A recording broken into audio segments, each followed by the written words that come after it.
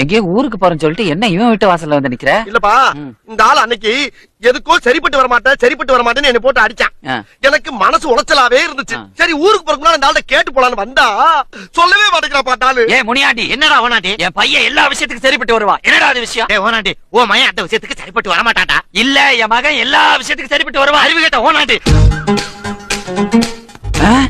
அதுக்கா? ஆஹா, நம்ம அப்பனும் அவன் கூட சேர்ந்து நம்மள அடிப்பான் போல் இருக்கே.